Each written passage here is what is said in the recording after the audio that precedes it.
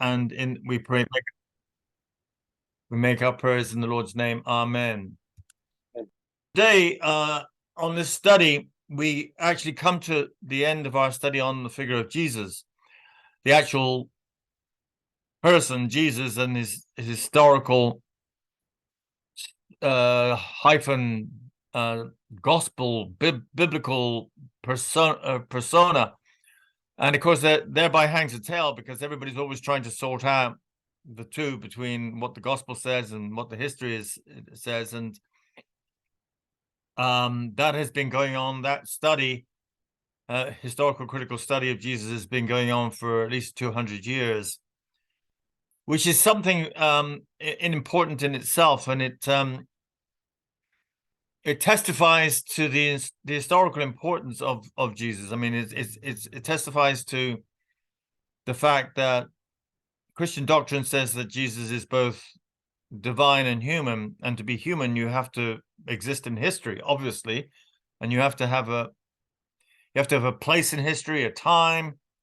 There has to be a situation that is exactly the same as for all of us, that we're all born in a certain place and time, and the circumstances of that place and time have a huge impact on who we are and how we see the world and how we develop, and then perhaps how we change out of that, and we help our time to change in some ways, because we all do that. We change with the time, and the time changes with us.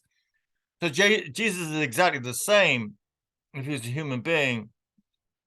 And so it's a very rewarding pathway to go down to try to understand him and put him in his context and see what he was up to. And in these studies, this is the fourth study on Jesus, and the last one next week we move to Paul. Of course, who's an enormous figure in himself. But these past 3 weeks and today, we've developed this understanding of Jesus as an intentional, deliberate agent, that he does not disappear. He does not disappear into the mists of history as a mysterious figure that left us some amazing parables, maybe, and possibly or probably was put to death under Pontius Pilate.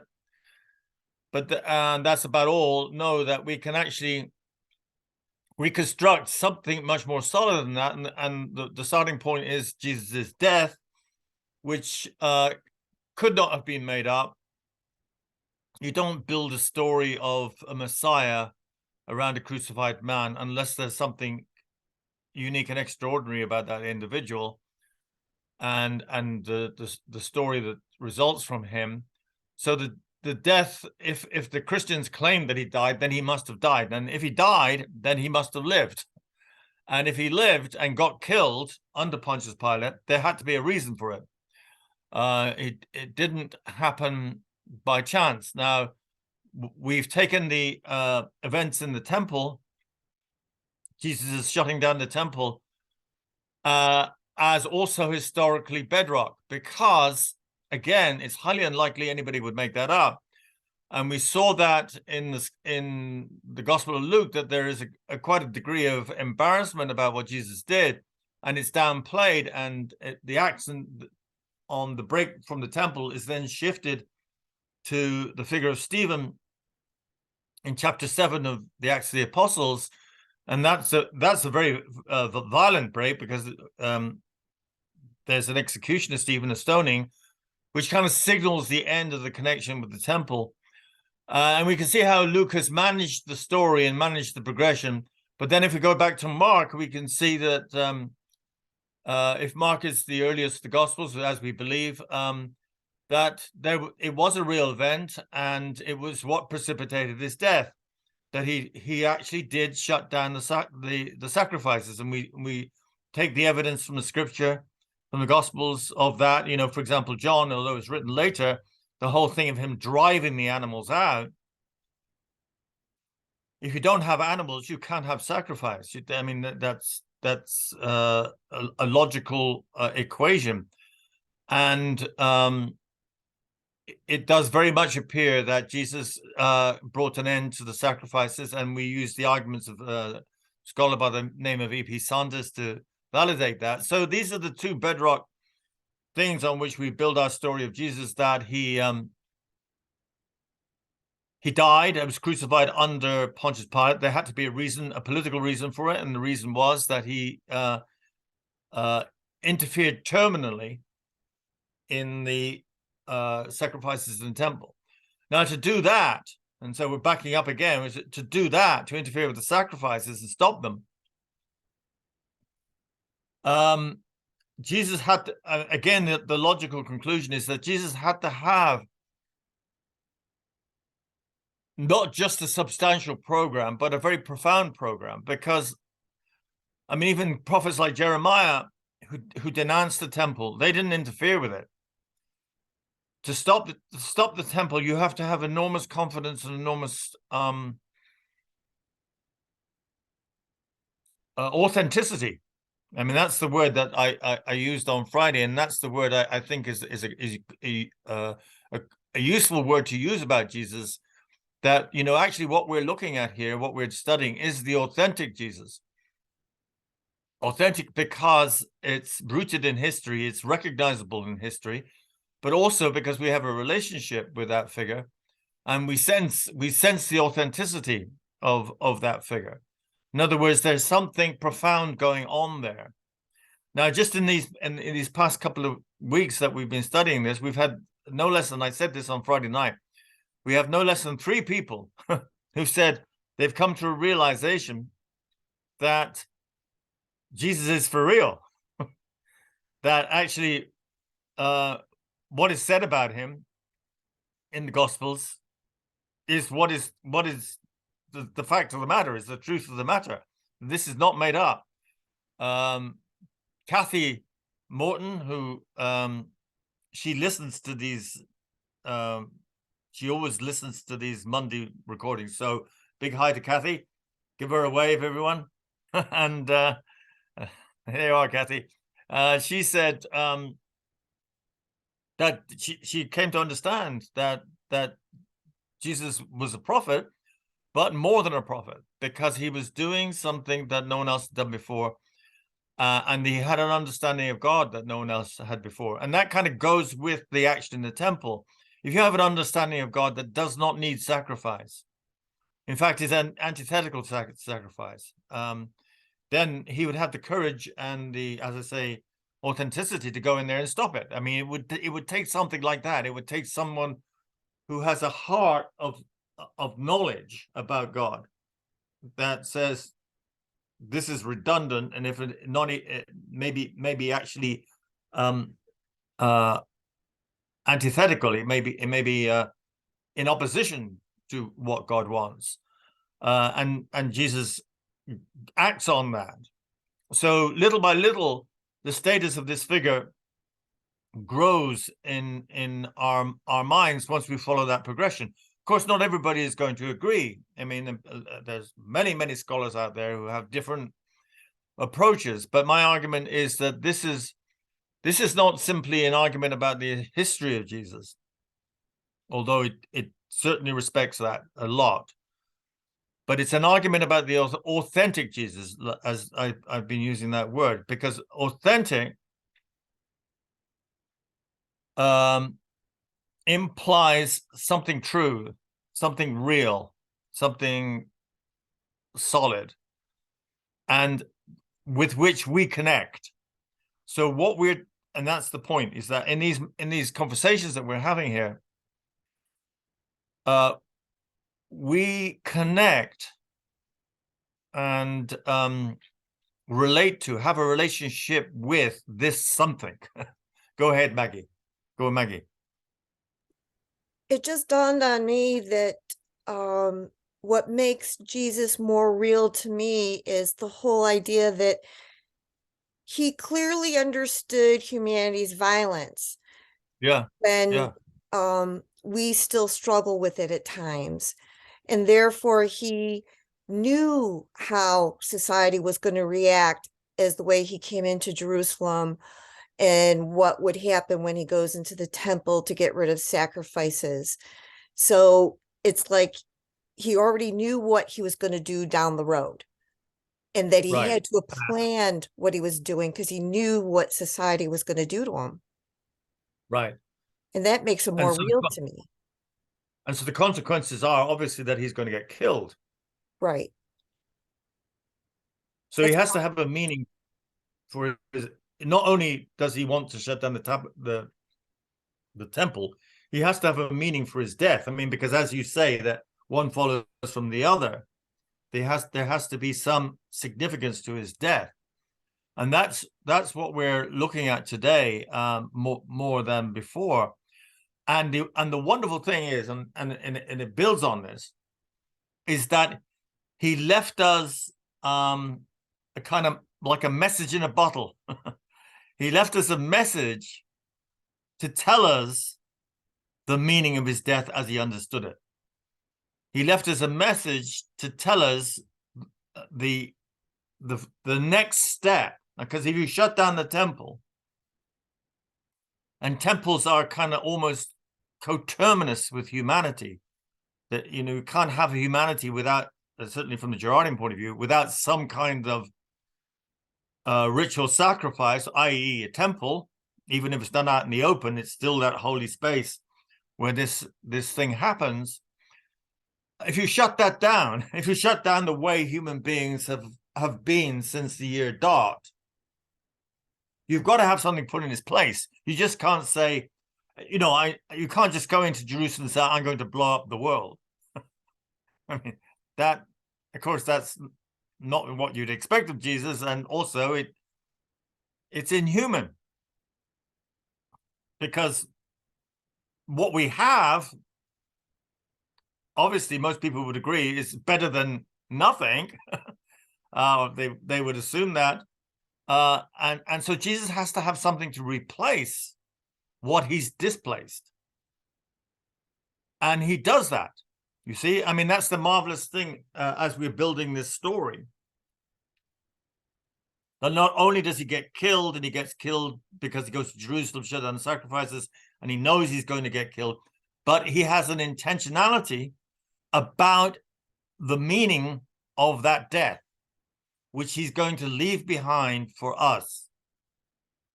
So not only is he an intentional agent, he's a semiotic agent or a symbolic agent. He operates intentionally on the level of symbolism. He says, you're not going to understand it straight away. You're not going to get it. In fact, he might have said, you're not going to get it for 2,000 years, but I don't know whether he actually had a figure on it like that. And that would have been very depressing for him if he thought that way. But I don't think we really truly have gotten it until of late. Of course, many individuals throughout the story of Christianity have given themselves over entirely, and so whether or not they had an intellectual understanding, it doesn't really matter, because their whole souls and hearts have been given to the way of Jesus. But to have a proper intellectual understanding, it's going to take time. But he's left us a code, and that's what I said. He's left us a material code in the meal that he had before he died, that it's like when you turn your computer on, the home screen comes up, and then all your documents will come up, or whatever, or a program that you want to use comes up.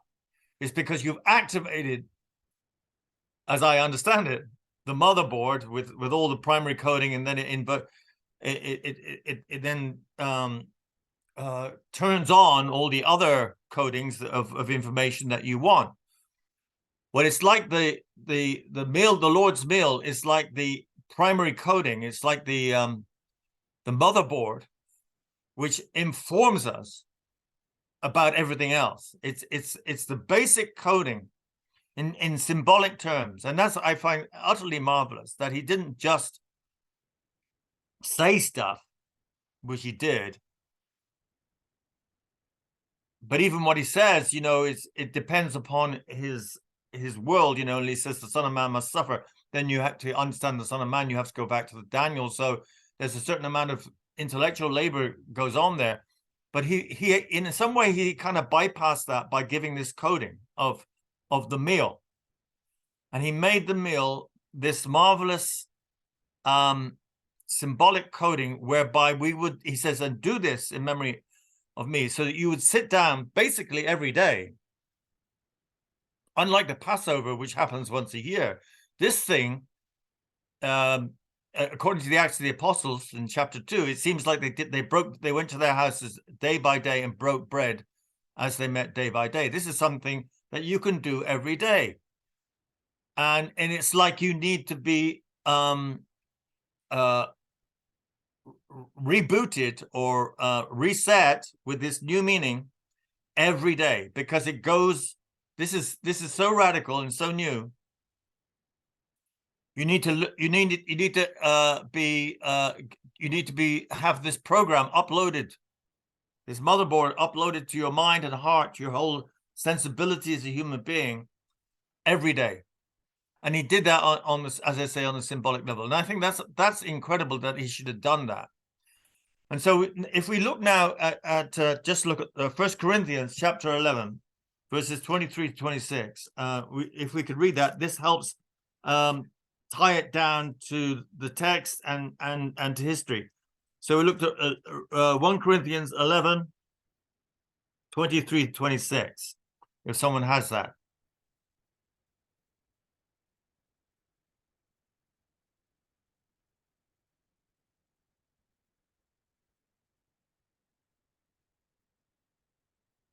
Okay, Maggie, thanks. The institution of the Lord's Supper. For I received from the Lord what I also handed on to you, that the Lord Jesus, on the night when he was betrayed, took a loaf of bread, and when he had given thanks, he broke it and said, "This is my body that is for you. Do this in remembrance of me." In the same way, he took the cup also, after supper, saying, "This cup is the new covenant in my blood. Do this as often as you drink it in remembrance of me. For as often as you eat this bread and drink the cup, you proclaim the Lord's death until he comes." Right. So now this is the earliest account of the institution of the Lord's Supper. In other words, an account of the Lord's meal the night before he was handed over. That's the night before he was captured, arrested, and put on trial, and then crucified. This is the tradition that he had this meal, and he had these his bread and this cup, to which he gave this significance. He gave this symbolic significance. Now, Paul is writing the letter to the Corinthians around about the year 50. This is universally acknowledged by some. May put it later at year 52, but it's a very small span of time. So Paul is writing this 20 years after Jesus' death.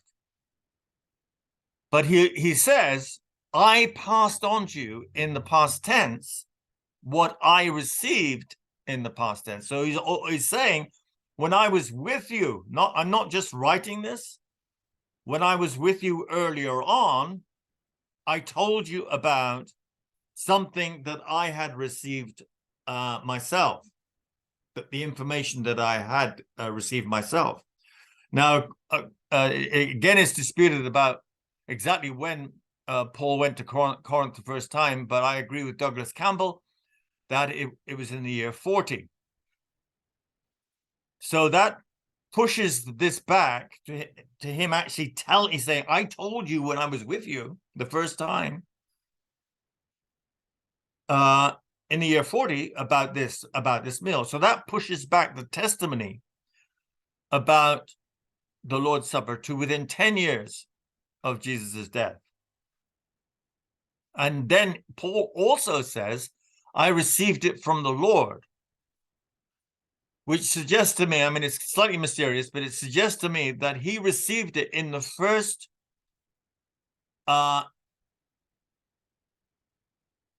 spiritual context of his experience of conversion. So when the Lord appeared to him somehow, and we read in the Acts of the Apostles, the Lord said to him, Paul, why are you persecuting me?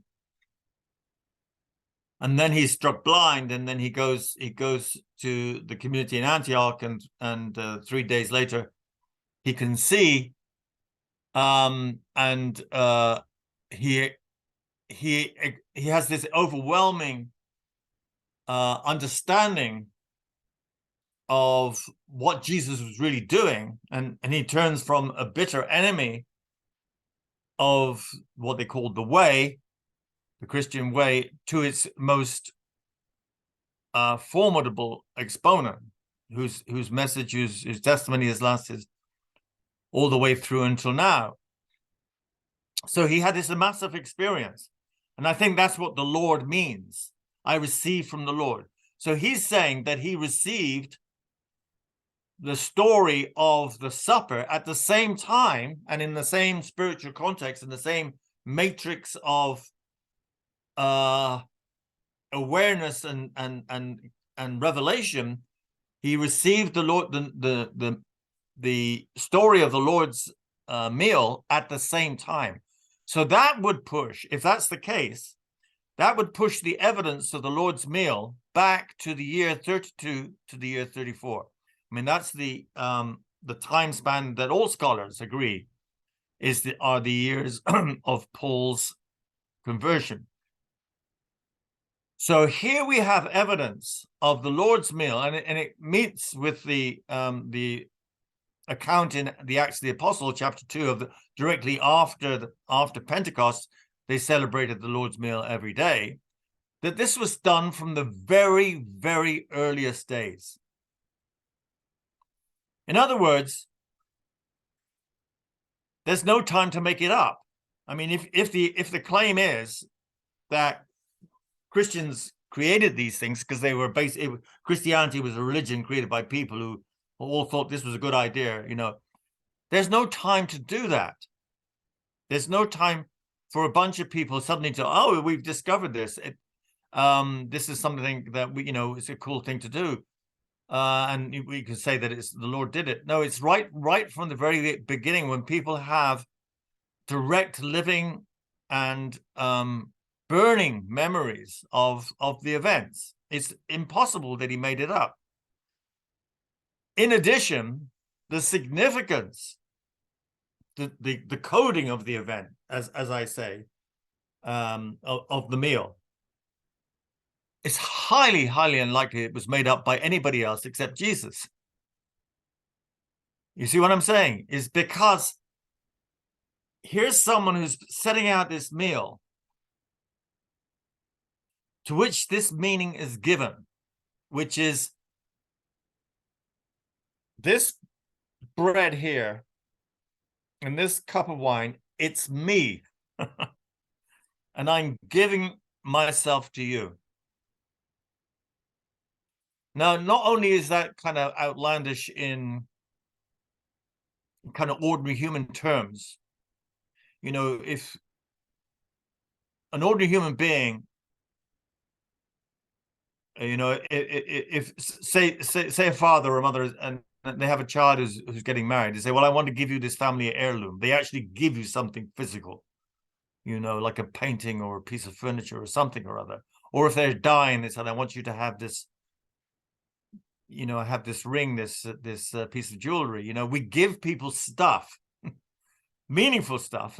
That's true, very meaningful stuff. But to say, this is me, I'm giving me to you, who's going to do that? But just let me finish the sentence. But if he shut down the temple, which is the way human beings deal with their violence and their humanity, and then logically there's need for something else to put in its place. It makes sense that someone who's done that consciously and intentionally is going to say, well, they're going to need something else, and what they're going to need is me, and what they're going to need is my meeting, my heart, my relationship that enabled me to do this. Go ahead, Maggie. And it's his promise that he won't leave us. That's right. He will continually be within our souls. And he's saying his covenant won't be broken because I will be with you always. Right. That's just such a beautiful thing that he gave us there. It is. And I think you add the meal to that. I mean, because he says that in terms like, and you could say that's the Holy Spirit or just his resurrected presence, whatever. But in terms of the coding of the meal, it says, I'm going to be with you also in terms of trying to communicate to you symbolically, in terms of the way our brains work, our actual minds, the construct that's inside here that depends on culture, depends on humanity. He said, I'm going to give you something that you can hang your thoughts and images on, and your eating, the way in which you consume, you're in the world. We are in the world by eating. I mean, we have to eat. And human beings have eaten animals and and fish, and those are living creatures, and we're in constant communication with the world we're in those terms. We don't think about it. So entering into the meal has this very deep, rich symbolism of him being able to enter into us in terms of himself giving himself to us.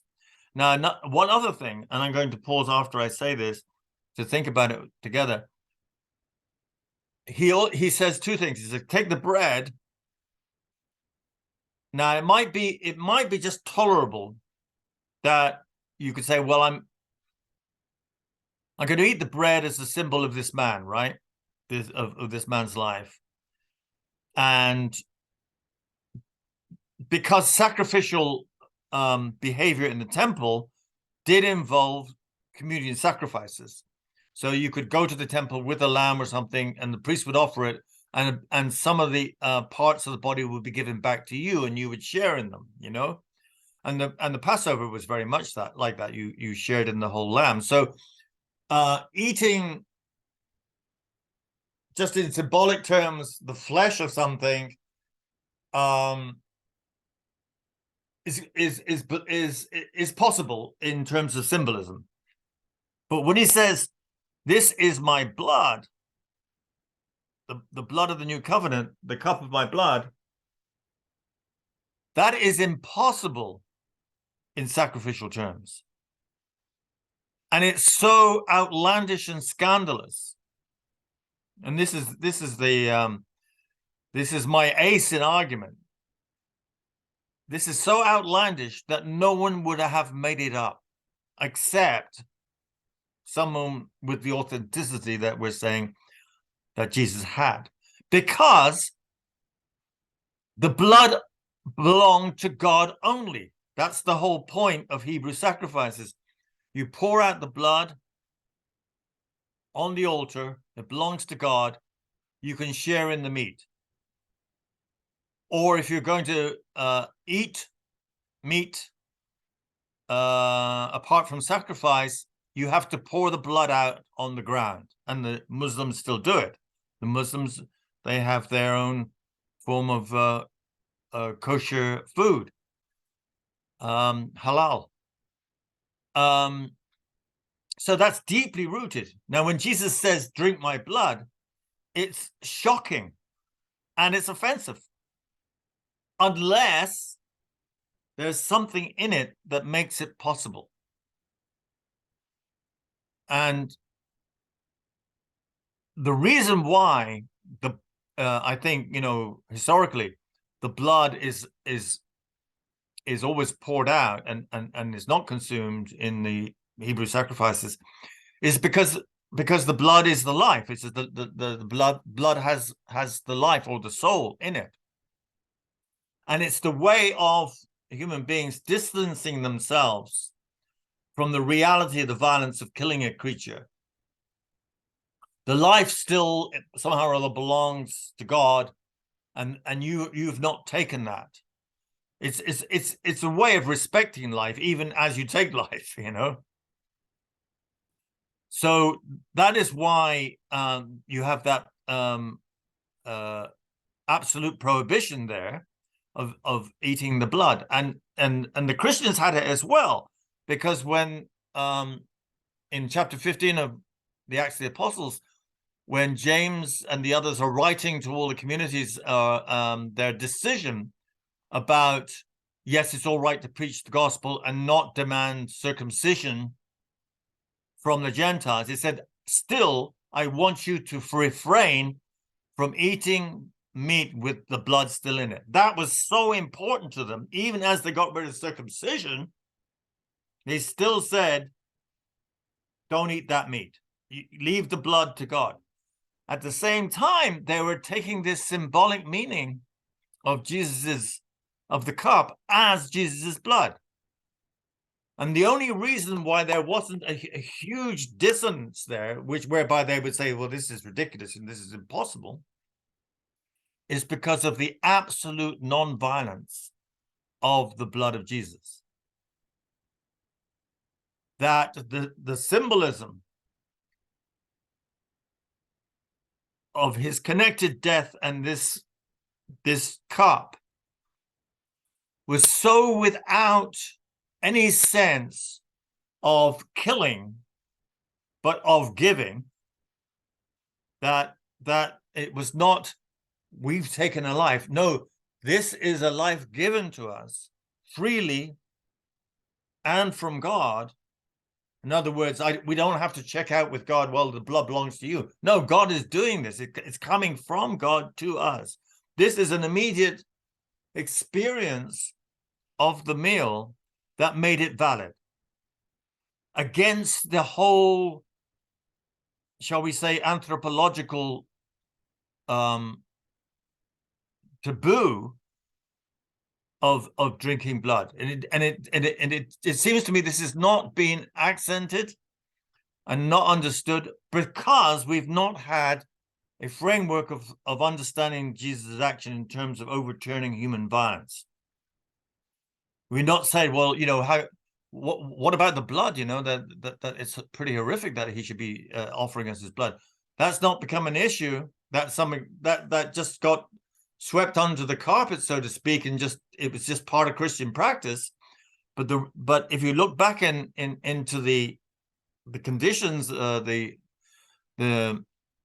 religious and symbolic conditions in which people existed, it would have been impossible, I think, unless Jesus himself in the cross had communicated this utter self-giving without violence, which he says is coming from God, and therefore it's part of God's gift to us.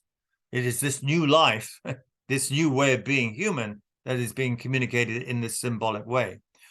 So if you put it in those terms, and that's my argument, it is absolutely impossible that this is made up. It is so outrageous. It's like saying Shakespeare didn't write Hamlet.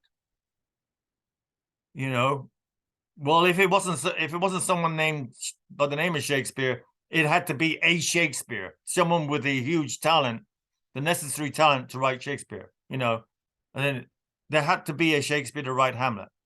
There had to be Beethoven to write his symphonies. There had to be a Jesus to create the Lord's meal. It makes absolutely no sense otherwise, and it tells us, it confirms the pathway of intentionality that we've been talking about. It's not only that I'm going to stop the temple, I'm going to give human beings something in its place that connects with an absolute change in the way of being in the world, because it's not taking life It's not violence and reciprocity and revenge, which is the way human beings always work. No, this is something else. This is giving, forgiveness, love, the divine, that in a way we've never understood it. So that for me almost acts. I mean, I say almost because I don't want to be intellectually proud or arrogant, but it almost acts as an indisputable proof of the reality of the gospel Jesus, of the actual the historical actuality of the gospel Jesus. That's why I use the word authentic, the authentic Jesus. How do you feel about that? I mean, that idea that the blood would be abhorrent unless it was totally nonviolent.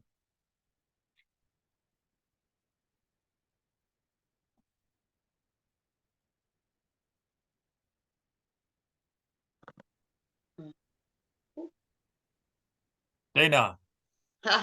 Hi. I just, it's really everything you're talking about right now is just, I'm like, oh wow, I hadn't really thought about that, to tell you the truth. But I think what you're saying makes really strong. It makes a lot of sense. I'm loving it, actually. I never really quite understood the whole Eucharist really in this way. Right. I Yeah. always thought of, um, I'm kind of resetting myself with this meal in just that simple kind of term. Right. Yeah. Yeah. So, so that's really rich stuff to think about. I It is rich appreciate it. stuff, and it's beautiful stuff. And I think it's the underpinning. We do this agape Eucharist at Bethany. It's very simple. It's a very simple thing that we do, and I think it depends upon that sense. It's not a. In other words, we don't have an ordained minister do it. We just say this is something Christians do. This is you do it. He said do it, and he didn't say, well, the ordained priests or whatever have to do it. No, he just said you do it. It's something you do because it's like switching on a computer. You don't get a special person to switch on your computer, to boot up your computer. You do it. And it's the same thing with the Eucharist, and we can, and because it has that non-violence, there's no hierarchy to it. There's no power to it. There's no force to it. It's a transformation of being in the world, and therefore you have to kind of set it free. I mean, that's the feeling that we've had. You have to set this thing free. Go ahead, Maggie. When you express about that, I didn't understand about the sacrifices and that the reason why they couldn't drink the blood. Yeah. And even with the meat, now that I understand that, I feel like it's also Jesus. It was actually really risky of Jesus to have Yes, said, it was kind of risky. Like so many things he does is risky. but it was also the sign saying that I am one with God.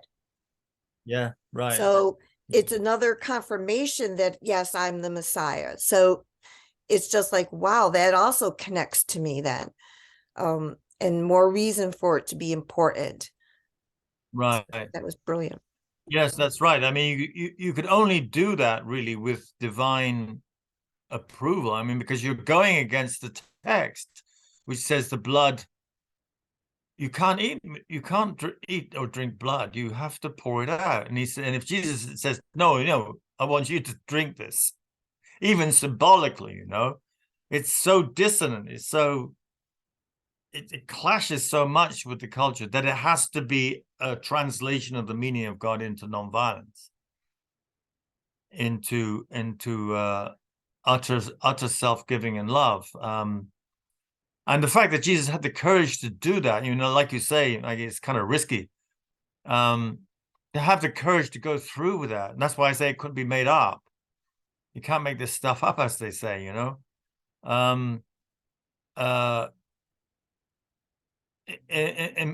improve. I mean, I said to my wife, Linda, after the meeting on Friday, I said on Saturday, I said, do you think I'm humanizing Jesus too much? Because when I try to show what what he was doing as an intelligent agent, it makes him a human being. Even though an extraordinary human being, it's a human being. But she said no, absolutely not. I mean, she would not want to, but because we've overlaid Jesus with this divine thing. So okay, what he does, it's okay what he does. He just can do what he likes, basically, even as is risky or freaky or whatever, because he's God. So the story's over.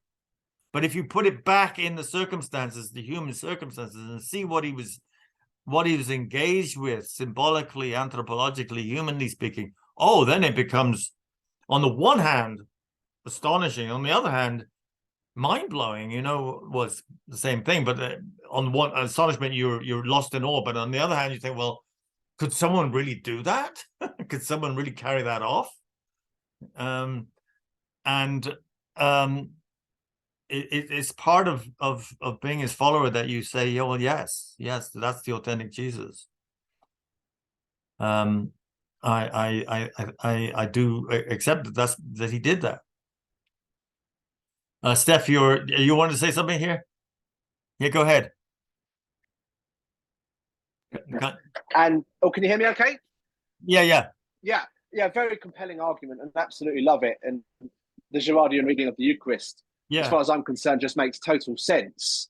And I would say that the Johannine authors, the Johannine community, make a similar argument in John 6. And I don't know, have you come across Joanne Brandt's commentary on John? No, I have not. Joanne Bryant, no.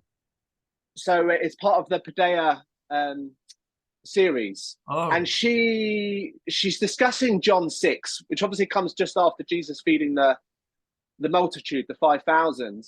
And Joanne Brandt highlights the word Trojan, which Jesus used in terms of, if you want to follow me, you must eat my flesh, and obviously to test the crowd. And she goes into that word Trojan, which really has its roots in a meaning of about sucking marrow from the bone. Oh, really? Wow. And there's this beautiful sort of cannibalistic imagery, which just dovetails so nicely with the Girardian perspective of scapegoating, and Jesus saying, actually, you're going to end up consuming me as you scapegoat me. You consume my life. So I give you this meal in the symbolic coding, as you say, of consumption there. But also overturning, because it's not cannibalistic in the sense of, it is in this transformative sense, but in the sense of us unleashing our violence on an animal or whatever, it is the only way you could get away with doing something so outlandish, suck the marrow of my bones, is because it's grace, it's absolute self-giving. Absolutely. Beautiful. It is beautiful. And it is the heart of the Christian message, and it all tight, as you say. I mean, I have to check out Joanne Bryant's work on that. She's not writing as a Girardian, but she just highlights sort of the history of that. John 6 is also very visceral in parts. You have to eat my flesh, and it drives it home, and I wish the crowd left him. It was too shocking. Exactly. So you're right that on that level, on the John 6 testifies to how shocking and abhorrent it was on the external level. If you're looking at it from externally, you can't take it. But internally, it and again, that's a testimony to its truth. Yeah, absolutely. I recall reading somewhere that Girard commenting on the act of the Eucharist and saying every time we partake in the Eucharist, we should become less and less violent. Yeah. Oh, you really? There you are. Send that to me if I'll dig it out. Yeah. And that's absolutely the truth. It's not we should become more and more holy, although it would mean the same thing, but we should become less and less violent, not more and more holy in another world, but we become less and less violent in this world. Yeah, thank you. Thank you very much for that. So to continue, with the next part of the study today, and the last part of the chapter on Jesus, I would segue from the Eucharist, the Lord's Supper, to the reality of the resurrection. And in my notes here, and I am myself amazed at it myself, even as I write it. It says the Lord's Supper is proof of the resurrection. And I don't mean historical or metaphysical proof. I mean experiential and phenomenological proof. Because if this transformative meaning, which we've just described and people have been responding to, was so early that it comes 2 years after Jesus' death by the testimony of Paul, it could not have occurred if Jesus' body was still in the grave, or there was a suspicion of any sort that his body had been stolen. So we have the phenomenology of the empty grave, of the empty tomb. If the body was still there, despite, no matter how wonderful the personality of Jesus was and how courageous he might have been, the dominant symbolism is of the victory of the violence of Rome, right? Okay, so we execute somebody, their dead body is testimony to the power and the triumph of the organization, the order that put him to death. And that's why in the Middle Ages, which were even more bloody than the Romans, they used to, if they executed people, they used to hang them on gibbets or outside the city walls until they rotted, as continual testimony that not simply that these people were destroyed, which they were, but that the system had worked. that the king who put them to death, or whoever it was the king and had the power to do this. So no matter how we're talking symbolically here and phenomenologically in terms of our awareness of the world and its meaning, if the body was still there, or there was a suspicion that some group, and they'd have to know who was the likely culprits to steal the body. If there was that suspicion, then the Lord's meal would be impossible, because you would not be able to say, yes, I can take this as his body, because his body was still this. It still had the symbolism of Roman violent power. You couldn't have done it. You couldn't have done it so automatically as they did it, and go on to preach the non-violence and forgiveness of God. You couldn't have done it. There had to be this this whole change in awareness that meant to say that somehow or other the body had escaped the power of Rome.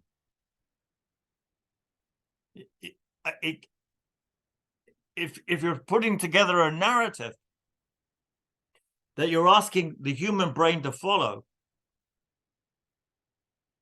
it could not have been possible if there was any suspicion that the body was still around, the victim of Roman might and power. It would not have worked symbolically. It would not have worked communicatively. It would not work to meaning. But we've seen here that it worked right from the very beginning as meaning, that there was no question about it. I'm saying, like, you couldn't have turned the engine on. There would have been no power in the computer. You could not boot it up if that had been still around. So you're left with the mystery of this this victory over death that the resurrection is. For the whole thing to so if Jesus, like as Maggie's saying, Jesus takes this risk of identifying himself with the body, with the bread and the blood, and then he gets crucified. If that risk is going to come off, you can't have the whole thing closed down immediately by the power and might of Rome, which would have been the case if he was still in the tomb, or they lost the tomb. I mean, that's another argument that Dominic Crossan makes, for example, that he was buried in an unmarked grave. Okay, well, fair enough. We don't know where he's buried. So the suspicion is still going to be that his body is there, wrecked and bloody and rotting. You know, the symbolism is still, there's still going to be this counter symbolism that will negate, that will neutralize that meal in those very early days and weeks. There had to be a testimony on the part of Mary Magdalene and people like her that the body was gone. And not only the body was gone, but I experienced something.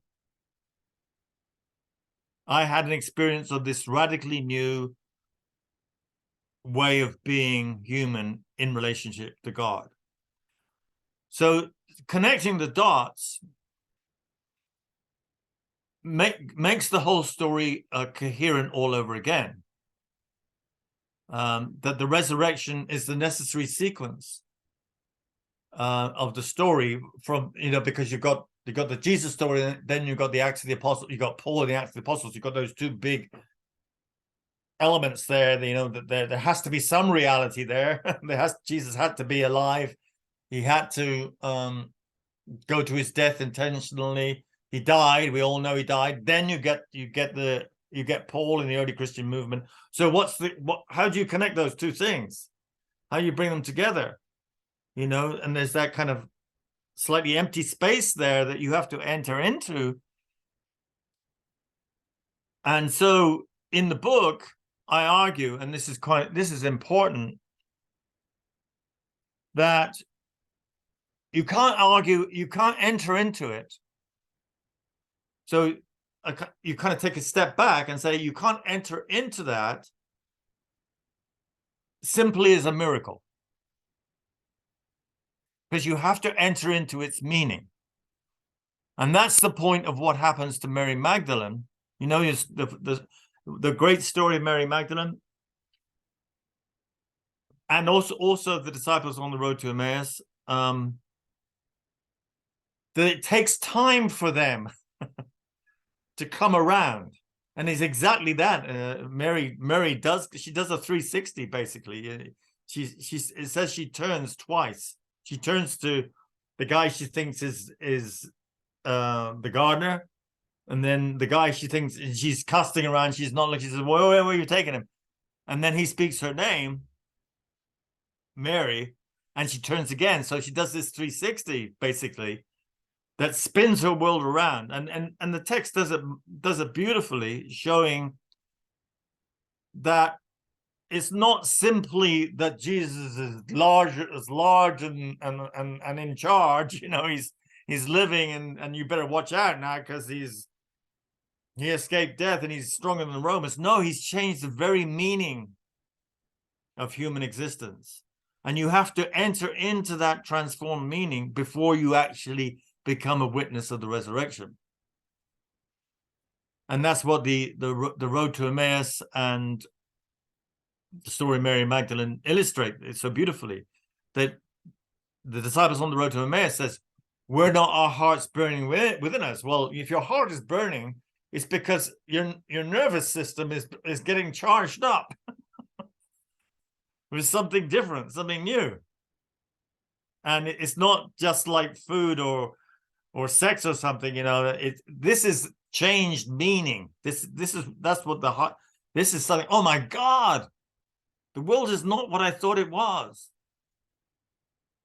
You know, there's a new meaning to it, and that's what they said, and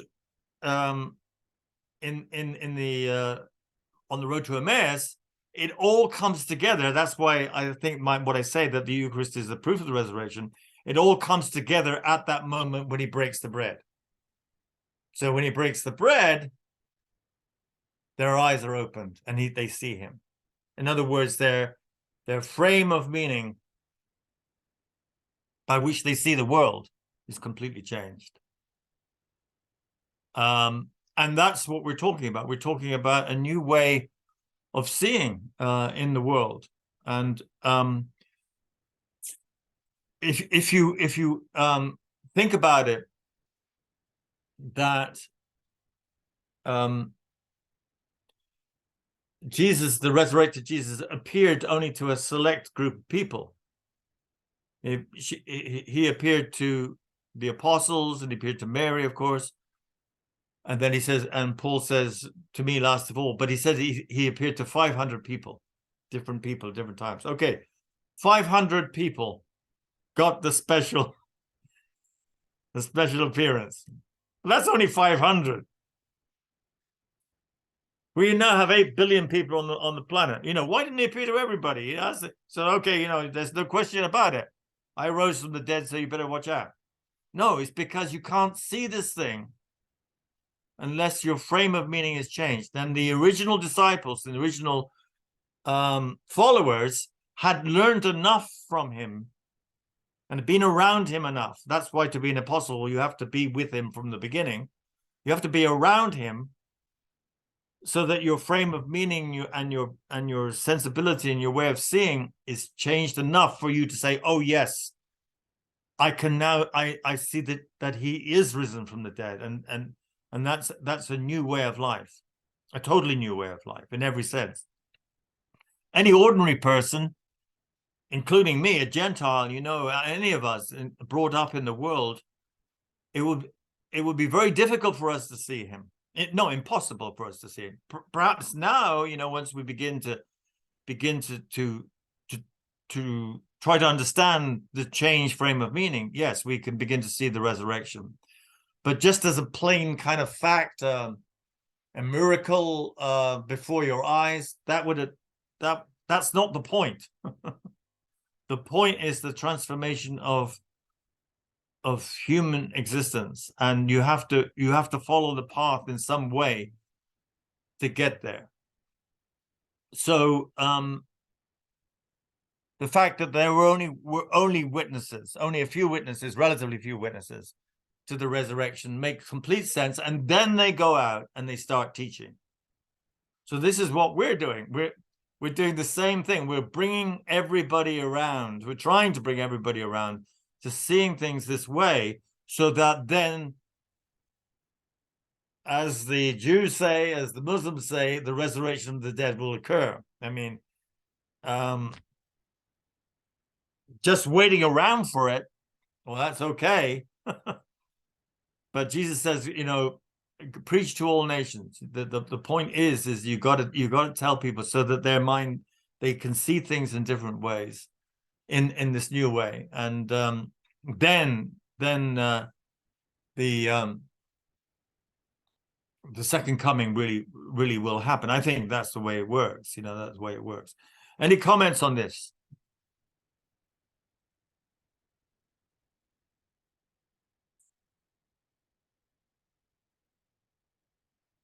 Oh, Maggie. I guess it's a question on importance, because Jesus and the whole our nonviolence, for those that don't believe, why is the resurrection important? Like, I have friends that say Jesus was a great prophet and he taught us how to love and be nonviolent.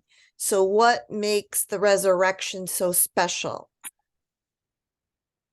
They say that, or you say it? They say that. And I always have difficulties answering that. They're saying, well, why do you need the resurrection? Is that what they're saying? Exactly. If you say Jesus is a special, a great prophet, etc., why do you need the resurrection? Well, the answer is that Jesus was such a great prophet, such an extraordinary figure, as you know, as Kathy was saying, that he was more than a prophet, is that he enters into the core conditions of our humanity and he changes them. So he's not just a prophet, he's an agent of messianic change. He changes the very conditions of being human. So you have to see that okay, he could have preached what he preached and arrived in Jerusalem on a bad day and been arrested and come to a bad end. I mean, that's basically what you're saying. I mean, like you're saying, if he's just a prophet, that he was in the wrong place at the wrong time. But if we say, like we have argued, that no, he goes there intentionally, he does what he does in the temple, because that's the code, that's the root code to begin with. The temple is the root code. You get rid of that code, you have to have a new code, and he's already got that new code in mind. If he's doing this, if he's doing those things, he's done something no one's ever done before. He is a Jonah figure, you know, like, I mean, Jesus is the sign of Jonah. Somebody goes into the depths and, you know, where you would expect to die. and yet Jonah is saved. And so Jesus is doing, I think that the Jonah story comes nearest to Jesus, nearest for Jesus to what he expects to be the outcome, that he's engaging in this root mechanism. Now, it's a terrible risk. I mean, go ahead.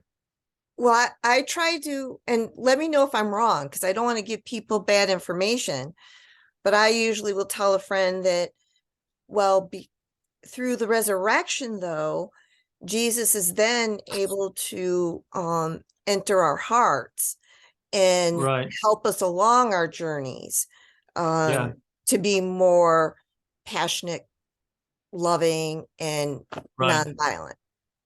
And if he hadn't done that, then I think our humanity would be lost forever in violence.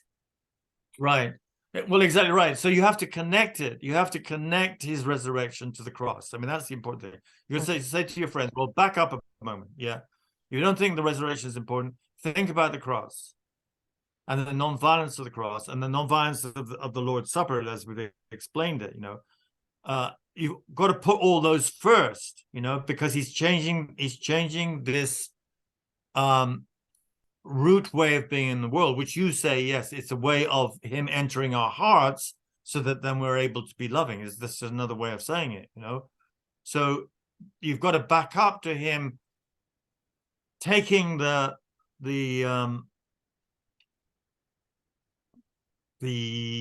operating system, the main operating system of the world, and rewiring it so radically. I mean, that's basically what he's rewiring our operating system so radically that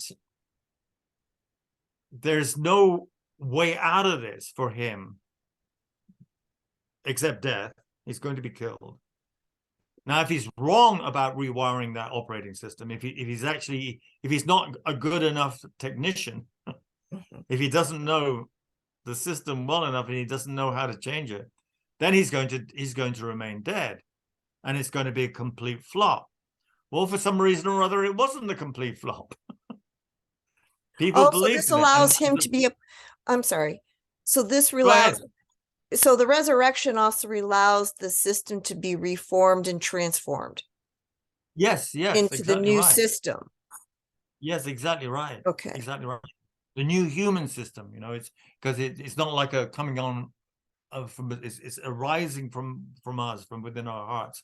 It's totally new rewriting of our core program, and yeah, that's it. So it allows that new system to come into being, and you've got to connect the cross to the resurrection. So, I mean, I know, you know, philosophers, a lot of philosophers will say the resurrection is offensive. I mean, the people in Athens said that when Jesus went to Athens, they laughed at him. because it contradicts the whole of human experience. You've got something here that contradicts the whole of human. We all die, even now, after the resurrection of Jesus, we continue to die. So how can you possibly say that one person rose from the dead, you know, that is alive again in his bodily self? It's because he's the one who found the key to the system. He found the key to reboot. He found the reboot. Exactly right. He did. And that's the Christian claim. Yeah, he's risen from the dead, the first of many brothers and sisters, you know, that we're going to follow on. Because he's opened the way, he's opened the channel for us. Steph, I'm lost in admiration here. You're sticking all this, you're gluing all this stuff, you're doing stuff, even making doors. Making doors. Yeah. Doors for cupboards. Yeah, I'm a carpenter. All right. So yeah, just making some doors for a client while I engage in theology. That's my head is in two places at once. Well, you're pretty amazing. I can only have my head in theology. That's all. Well, God bless you. Go on. You want to say something? I was just gonna as an addition to what you were saying, and using the work of James Allison, he says the resurrection is simply the Father's vindication of the forgiving victim. Right. It's the vindication of Jesus' life, teaching, and message. Yes, it is. That's right. Yeah. And I mean, it's amazingly coherent, because the Father is God. We understand the Father is God, and so has the power to vindicate the victim. But at the same time, Jesus is the agent who precipitates the crisis, and yet the possibility of the new way. You know, like Jesus opens the door to the resurrection by his absolute faith and surrender of violence. Yeah. And so it's a very beautiful message. I often wish I could explain it to people, but it takes time, you know. It takes time to rehearse it. And of course, I mean, God has provided that we need to be neighbors to each other, so we can have time to explain it to people. Yeah. But it is a wonderful message. So I kind of skipped over some things here, but I'm going to read a little bit from my book here, because it gives a more kind of synthetic approach.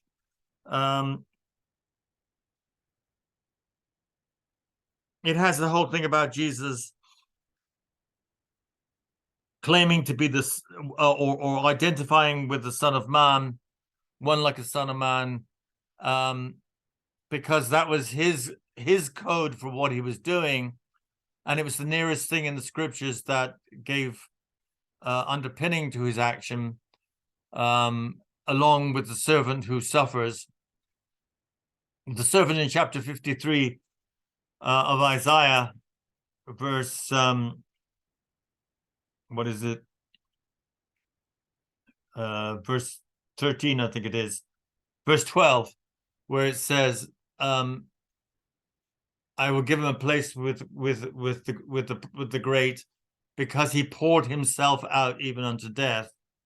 That word "pour out," I think is a key word, because it's remembered in the Eucharist passages where this is the blood of the covenant poured out for you. It's a repetition of the same motif, and I think behind it would stand Jesus' own understanding of what he was doing, that he was going to pour himself out, and certainly the early Christians understood it that way, that he was pouring himself out for us. So it's a servant motif that is then caught up in his language of the Son of Man. I think he identifies the servant and the Son of Man.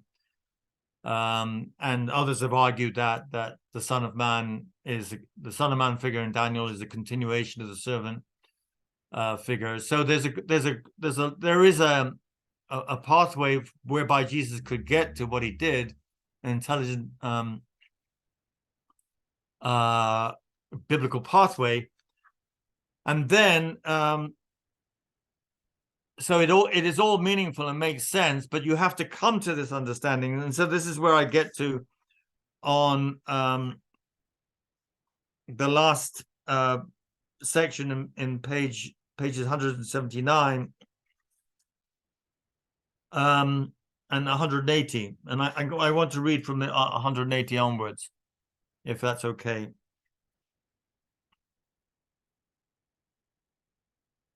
At the same time, and again, we recognize that the very transformation of the symbolic order by resurrection, that's what I'm saying is happening, is part of its essential mode of operation in the world. So I'm saying that the change in coding is essential. It's not just an accident, you know. To be another kind of human, God respects our humanity. He doesn't say, he's not, I'm not going to face you with a threat or a miracle that you can't deny, because I want you to change your coding, you know, and I want you to be free in doing that. I want you to opt for it freely. We accept the normality of the thought of resurrection because our semiotic system has been infiltrated by this word. An apostle is a witness of the resurrection, but apostles are quite a limited category. After them, there comes all those who believe in their word, but are not witnesses. John's gospel says explicitly, blessed are those who have not seen and yet have believed. Because belief, in the sense of changing your coding, is more important than, oh, yeah, you're alive, Jesus. Why? Why, if there is a material reality behind it, not visit an indefinite number of people with the vision of the risen Christ rather than a restricted few?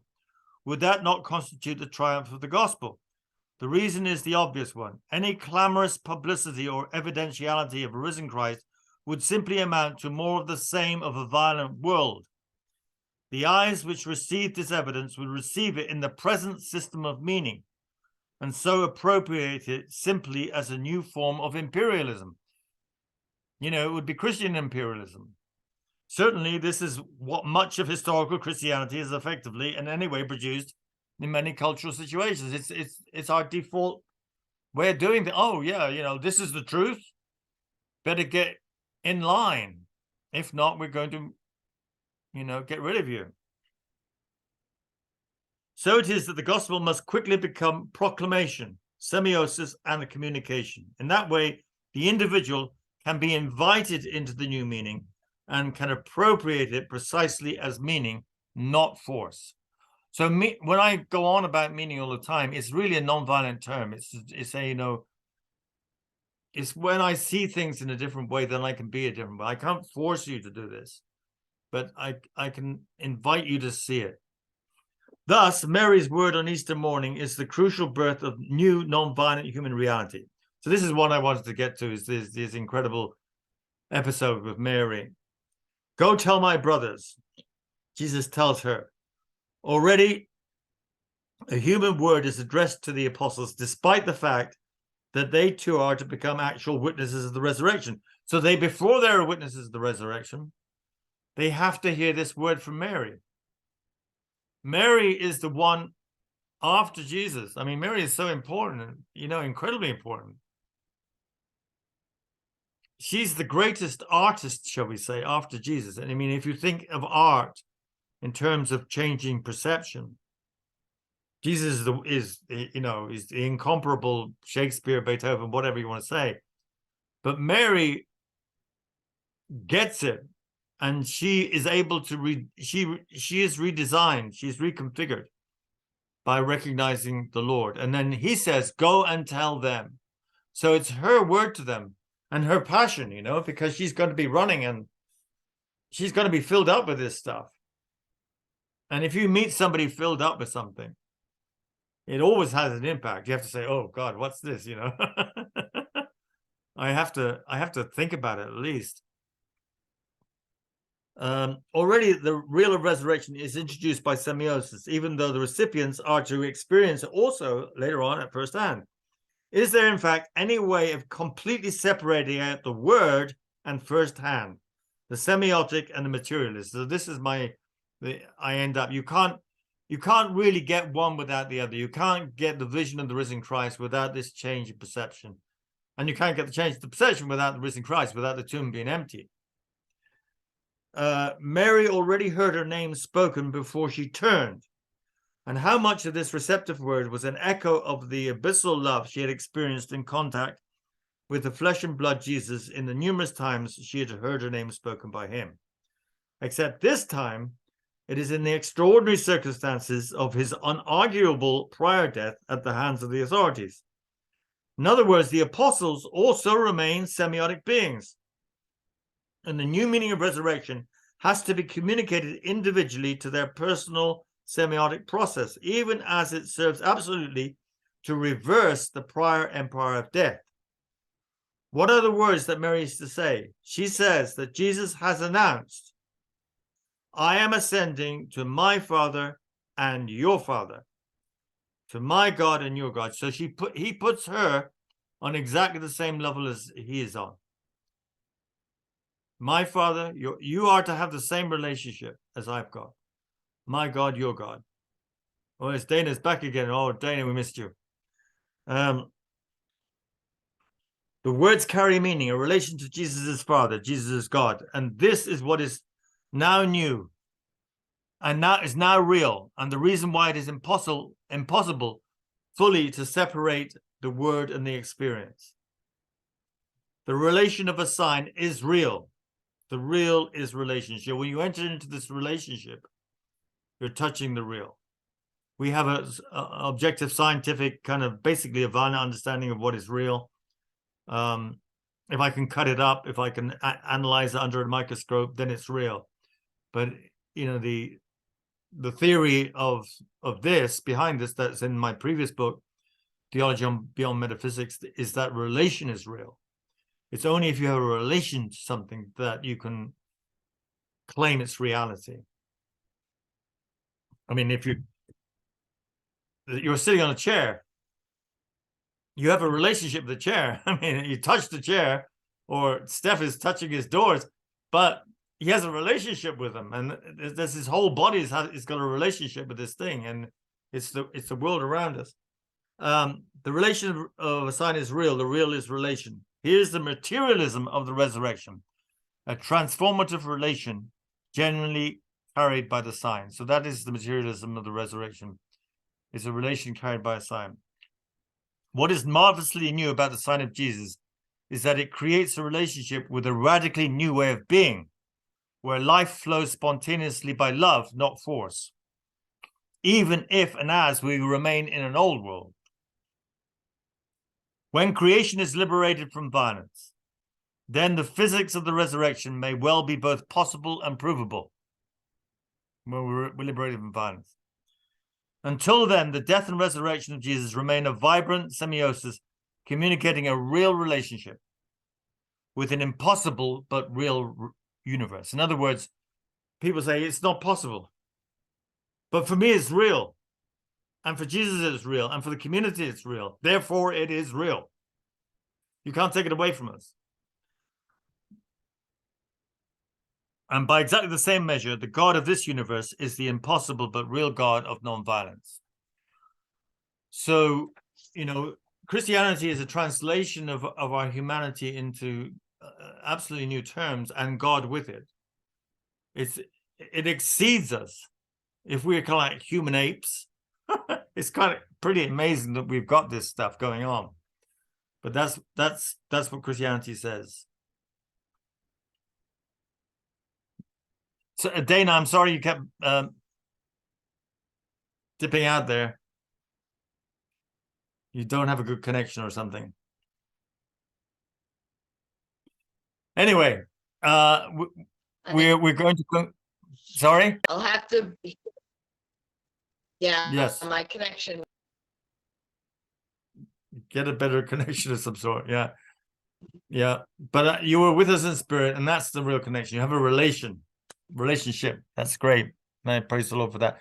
We're going to conclude now. Goodbye, Steph. We're going to say goodbye. If someone like to finish with a prayer, please.